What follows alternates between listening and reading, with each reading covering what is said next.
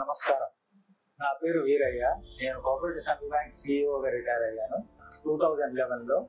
దాని తర్వాత 2012లో నేను హైకోర్టు అడ్వకేట్గా ఎన్రోల్ చేసుకున్నాను. అప్పటి నుంచి నేను హైకోర్టు అడ్వకేట్గా ప్రాక్టీస్ చేస్తాను. అయితే నేను ఒక పుస్తకం రాశాను, the journey of an unknown untouchable అని. ఇది నా జీవిత చరిత్ర. నా జీవితమే దీంట్లో ఇచ్చుతాం. ఎందుకంటే కష్టాలు, ఇబ్బందులు ఇవన్నీ కూడా ఈ పుస్తకంలో పొందుపరచడం జరిగింది. అయితే ఈ పుస్తకం రాయడానికి ముఖ్య కారణం ఎవరు అంటే మా ఇద్దరు పిల్లలు, నా వైఫ్. నేను పుస్తకం రాయడం అనే అనుభవం లేని నేను పుస్తకం రాయాలి అంటే ఎలా రాయాలి అనేది ఏం తెలియదు అని చెప్పాను. అయితే దాంతో వాళ్ళు ఏమన్నారంటే, మీకున్న ఎక్స్పీరియన్స్ ఏదైతే ఉందో జస్ట్ జాబ్ ఇట్ డౌన్, అంటే తప్ప పుస్తకం రాయడానికి మీరు పెద్ద కష్టపడాల్సిన అవసరం లేదు అని వాళ్ళు నన్ను బలవంతం చేయడం వల్ల ఈ పుస్తకం రాయడం జరిగింది. అయితే ఈ పుస్తకం రాయడానికి ఇన్స్పిరేషన్ మా పిల్లలు. అయితే ఈ పుస్తకంలో ఉన్న మెయిన్ కంటెంట్ ఏమిటి అంటే, ఇది 4 జనరేషన్ల చరిత్ర. మా తాతగారు, మా తండ్రి గారు, నాది, నా పిల్లలది. అయితే ఈ పుస్తకంలో మేజర్ పార్ట్ ఏమిటి అంటే, మొదటి 2 చాప్టర్లు 3 చాప్టర్లు వచ్చేసేసి నా స్కూలింగ్, తర్వాత పోతే అన్టచబిలిటీ అనే డిస్క్రిమినేషన్తోనే నేను ఎంత ఇబ్బంది పడ్డాను. అయితే అది ఎంతవరకు అన్టచబిలిటీ ఎంతవరకు దాటింది, అది నా స్కూలింగ్తో పాటు ఇంటర్మీడియట్, డిగ్రీ వరకు కూడా అది కొంతలో కొంత నడుస్తూనే వచ్చింది. అది నాలో కొంత ఇన్ఫీరియారిటీ కాంప్లెక్స్ కూడా డెవలప్ చేసిన వాస్తవమే. అయితే ఇవన్నింటినీ అధిగమించి కూడా నేను పోస్ట్ గ్రాడ్యుయేషన్ కంప్లీట్ చేయడం జరిగింది. పోస్ట్ గ్రాడ్యుయేషన్ కంప్లీట్ చేసి తర్వాత కోఆపరేటివ్ సెంట్రల్ బ్యాంక్లో ఉద్యోగం చేయడం జరిగింది. అయితే నేను స్కూల్కు వెళ్ళిన టైం ఏది అంటే 1958 నుంచి 59 మధ్య స్కూల్కి పోవడం స్టార్ట్ చేశాను. అప్పుడు సీనియర్ అన్టచబిలిటీ ఉండేది. ఆ అన్టచబిలిటీ ఉన్నా కానీ మా తండ్రి గారు మమ్మల్ని చదివించాలి, ఈ సోషల్ స్టిగ్మా నుంచి మమ్మల్ని బయటపడేసేయాలనే ఉద్దేశంతోనే మమ్మల్ని స్కూల్కి పంపించడం జరిగింది. అయితే ఈ పుస్తకం మా ఫాదర్ బేసిక్గా ఈజ్ అ స్టోన్ కట్టర్. అయితే స్టోన్ కట్టర్ నుంచి నన్ను పోస్ట్ గ్రాడ్యుయేషన్ దగ్గర చదివించారు.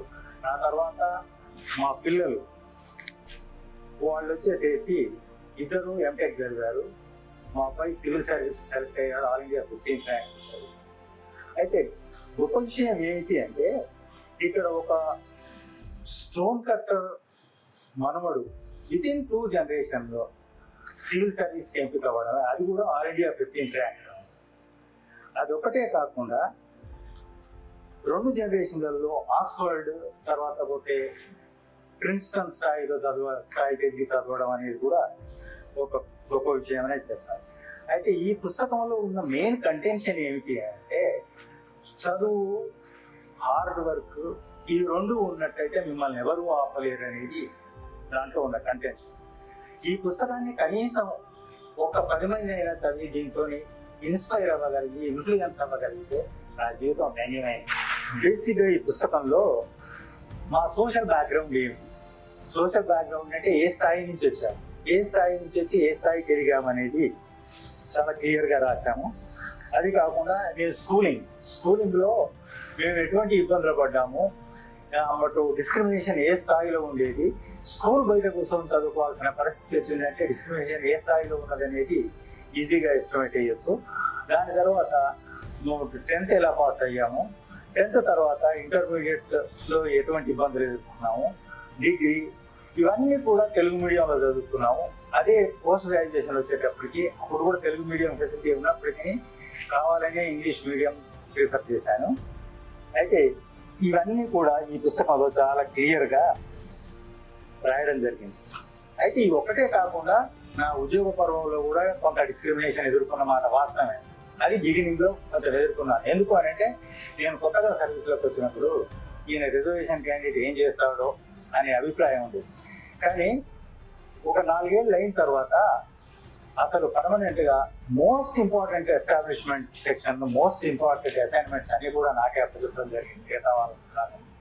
దాన్ని బట్టి మనం హార్డ్ వర్క్ ఉంటే చాలు, మన పుట్టుక కానీ, మన కులం కానీ, మతం కానీ అదేవి ఇన్ఫ్లుయెన్స్ చేయలేవు, హార్డ్ వర్క్ ఒకటే మనకు పనిచేస్తుంది అనేది అర్థమవుతాం.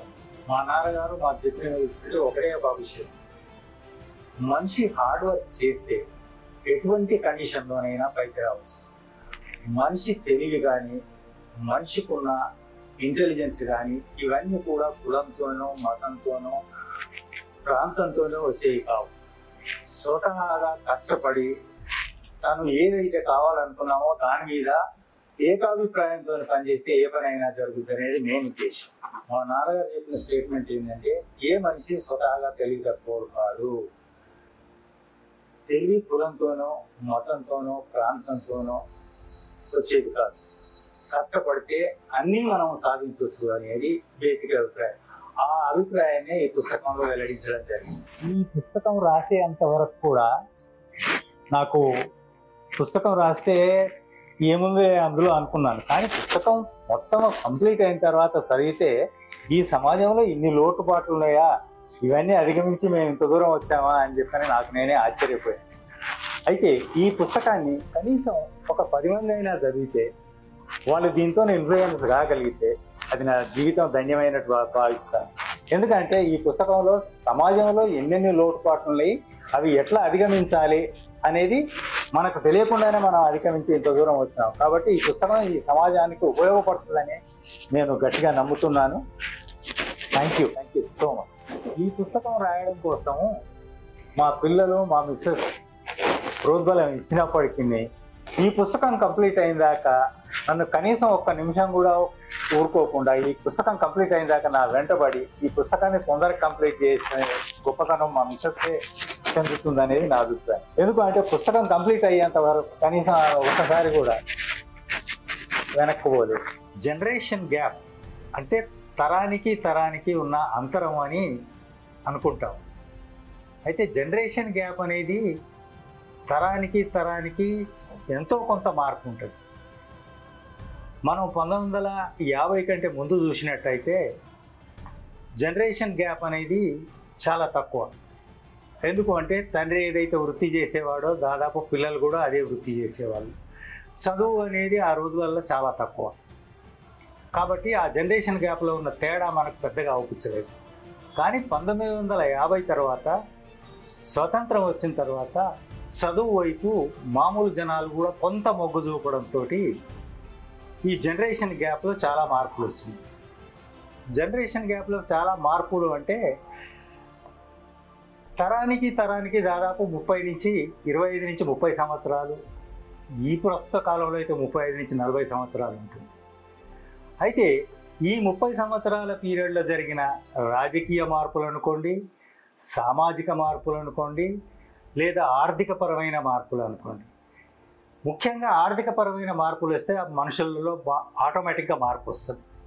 దీంతోపాటు చదువు అనేది 1950 తర్వాత వచ్చిందని మనం ఇంతకుముందు చెప్పుకున్నట్టు, దానితోని ఉన్న ఊరు వదిలి వేరే ఊరిలో ఉద్యోగాలు చేయటము, వేరే రకాల మనుషులను కలవడం, అంటే ఒక రకమైన సోషల్ మొబిలిటీ మార్పు, మనం ఉన్న పరిస్థితికి వేరే పరిస్థితులకు ఉన్న మార్పులు గమనించడం, ఆ తేడాలు గమనించడం, ఇవన్నీ జరగడం వల్ల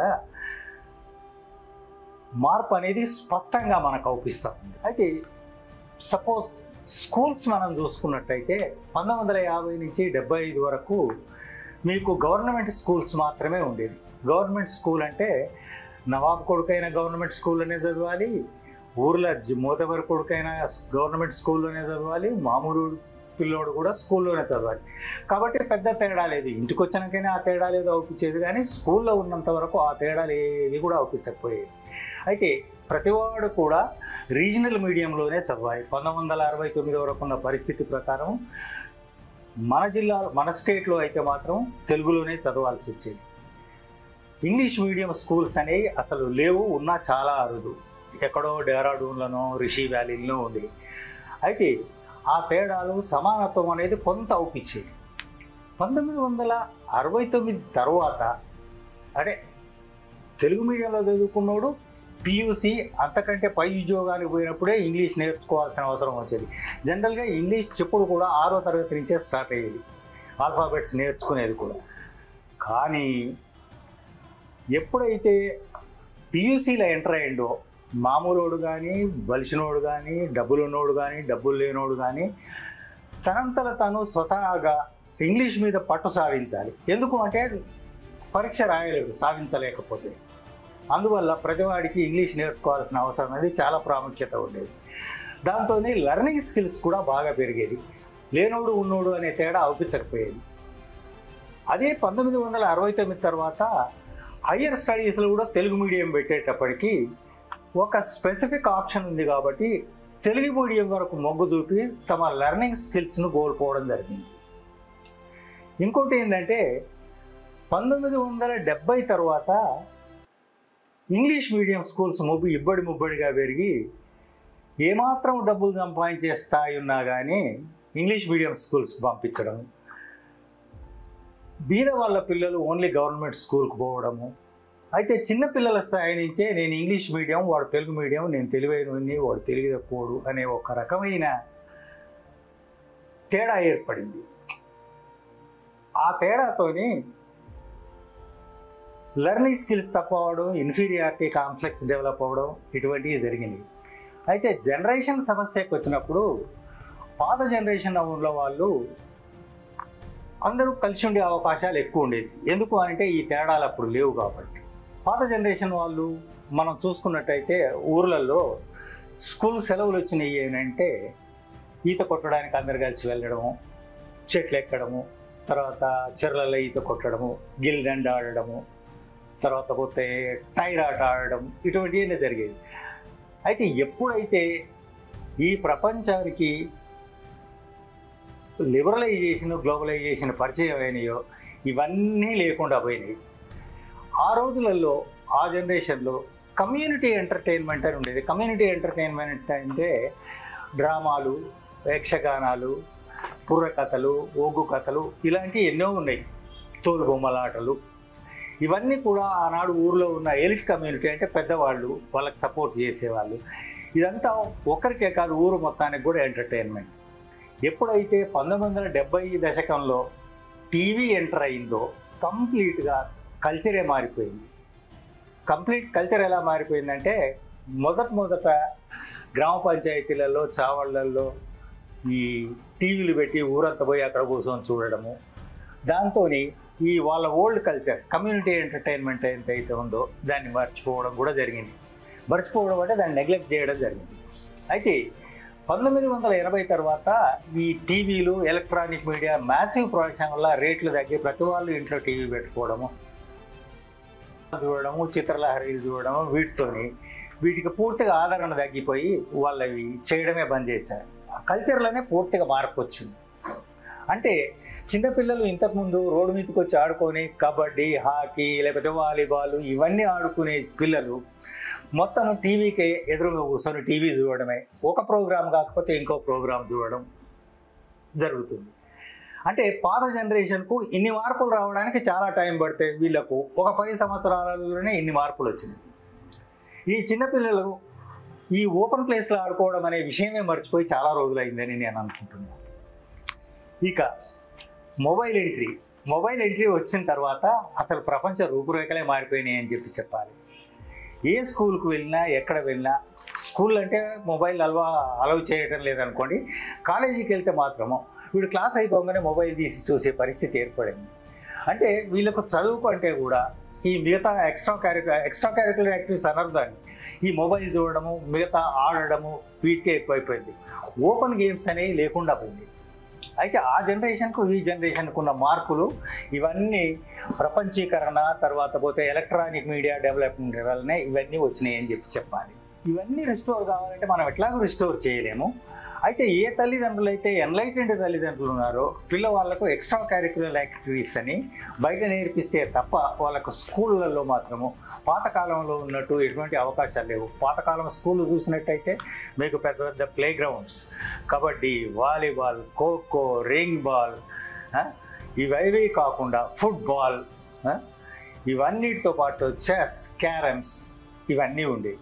కానీ ఈనాడు ఏ స్కూల్ చూసినా మనకు ఎక్కడ కూడా ఈ ఫెసిలిటీస్ ఏయో కొన్ని తప్పితే ఏ స్కూల్లో కూడా ఈ ఫెసిలిటీస్ లేవు. అయితే ఎక్కడైతే పిల్లలు స్వతహాగా ఫిజికల్గా కానీ మెంటల్గా కానీ డెవలప్ కావాలో ఆ టైంలో వాళ్ళకు ఆ ఫెసిలిటీ దొరకట్లేదు. వాళ్ళను మగప్ చేయించి చదివించి ఓన్లీ చదువు తప్ప ఇంకేం లేదు, ఎక్స్ట్రా కరిక్యులర్ యాక్టివిటీస్కి ఇంపార్టెన్స్ లేదు అనే స్థాయిని తీసుకొచ్చారు. ముఖ్యంగా పాత జనరేషన్కు కొత్త జనరేషన్కు ఉన్న తేడా ఏంటి అంటే, పాత జనరేషన్లో ఎటువంటి వాడైనా కానీ ఆల్రౌండ్ డెవలప్మెంట్ వచ్చేది. కానీ ఈ జనరేషన్లో మాత్రం చదవగలిగిన వాడే చదువుతున్నాడు, చదవలేని వాడికి నెగ్లెక్ట్ చేస్తున్నారు. తెలివి ఉన్నవాడిని వెంటబడి వాడిని ఇంకా తెలివైనని చేస్తూ ఉన్నారు. కొంచెం వెనకబడి ఉన్నవాడిని వెనకబడే పరిస్థితికి తీసుకొస్తున్నారు. అయితే ఇప్పుడున్న సిస్టమ్ మారాలి అంటే పర్టికులర్గా కార్పొరేట్ ఎడ్యుకేషన్ రెగ్యులరైజ్ చేయడమా, లేదా గవర్నమెంట్ స్కూల్స్ను ఆ స్థాయికి తీసుకుపోవడమా, ఏదో ఒకటి చేయాలి. గవర్నమెంట్ స్కూల్స్ను ఆ స్థాయికి తీసుకుపోవడం ఎట్లాగో వీలవని పని.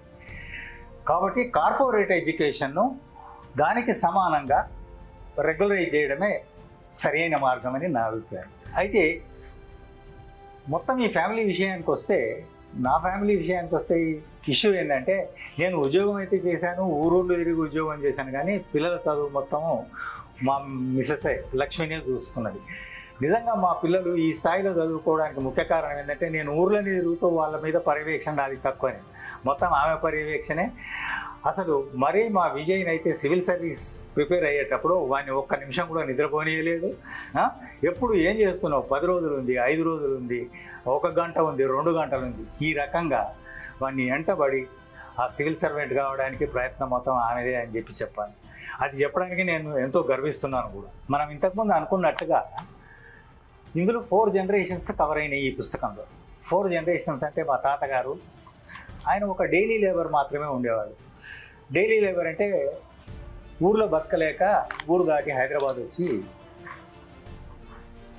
ఆర్ట్స్ కాలేజీ కోసం, ఇప్పుడున్న ఉస్మానియా యూనివర్సిటీ ఆర్ట్స్ కాలేజీ కోసం కంకర కొట్టినాడని చెప్పని నాకు తెలుసు. ఆ తర్వాత మా ఫాదర్ రాళ్ళు కొట్టడం నేర్చుకొని ఈ హైదరాబాద్లోనే చాలా రోజులు పనిచేశారు. కానీ తర్వాత నా సొంత ఊరు అనేది ఉండాలి అని చెప్పని సొంత ఊరికి వెళ్ళిపోవడము, అక్కడికి పోయిన తర్వాత అక్కడ ఆయన స్టోన్ కట్టర్ వర్కే చేయడము, రాళ్ళు కొట్టే పని చేసుకుంటూ ఈ సమాజాన్ని ఆ రోజుల్లోనే బాగా అర్థం చేసుకున్న ఆయన, నా కొడుకులు ఈ ఇబ్బంది పడవద్దు, నా బిడ్డని ఇబ్బంది పడవద్దు అని చెప్పని 1958-59లోనే మమ్మల్ని స్కూల్కి పంపడానికి ప్లాన్ చేసి స్కూల్కి పంపించారు. స్కూల్కి పంపించి, అయితే ఆ స్కూల్లో మేము కరెక్ట్గా పర్ఫామ్ చేయకపోయినా కానీ మమ్మల్ని వెంటబడి మేము కరెక్ట్గా పర్ఫామ్ చేసేటట్టు అన్ని రకాల సపోర్ట్ ఇచ్చింది. అది ఒక్కటే కాకుండా ఆ రోజుల్లో ఉన్న పరిస్థితుల్లో స్కూల్కి పోవాలంటేనే ఎంతో ఇబ్బందికరంగా ఉండేది. ఎందుకు అంటే ఈ డిస్క్రిమినేషన్ ఉన్నప్పటికీ కూడా అది ఏం కాదు, దాన్ని అధిగమించవచ్చు అనే బలాన్ని ఇచ్చింది మా తండ్రి గారు. అయితే ఆయన ఇచ్చిన స్ఫూర్తితోనే ఆయన హైదరాబాద్ ఉన్నప్పుడు ఆర్ట్స్ కాలేజీని చూసి, అందులో చదువుకునే వాళ్ళని చూసి మా పిల్లలు కూడా ఇందులో చదువుకోవాలని అనుకునేవాళ్ళట. ఆయన అనుకున్న ఆశయం ప్రకారమే నేను ఆర్ట్స్ కాలేజీలో ఎంఏ చదవడం కూడా జరిగింది.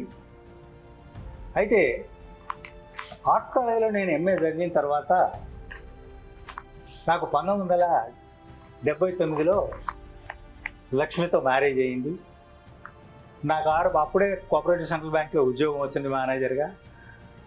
అక్కడి నుంచి నేను మేనేజర్ ఉద్యోగం చేస్తూ మేనేజర్ నుంచి ఏజీఎం అయ్యాను. ఏజీఎం అయిన తర్వాత ఈలోగా మాకు ఒక బాబు ఒక పాప పుట్టారు. ఆ బాబు పాప ఇద్దరు బాగా చదువుకొని ఇద్దరు పోస్ట్ గ్రాడ్యుయేషన్ అంటే ఎంటెక్ చేశారు. అబ్బాయి సివిల్ సర్వెంట్గా సెటిల్ అయ్యాడు. అయితే అబ్బాయి సివిల్ సర్వీస్ చిన్నప్పటి నుంచి కూడా సివిల్ సర్వీస్ చేయాలనే ఆలోచన ఆయనది.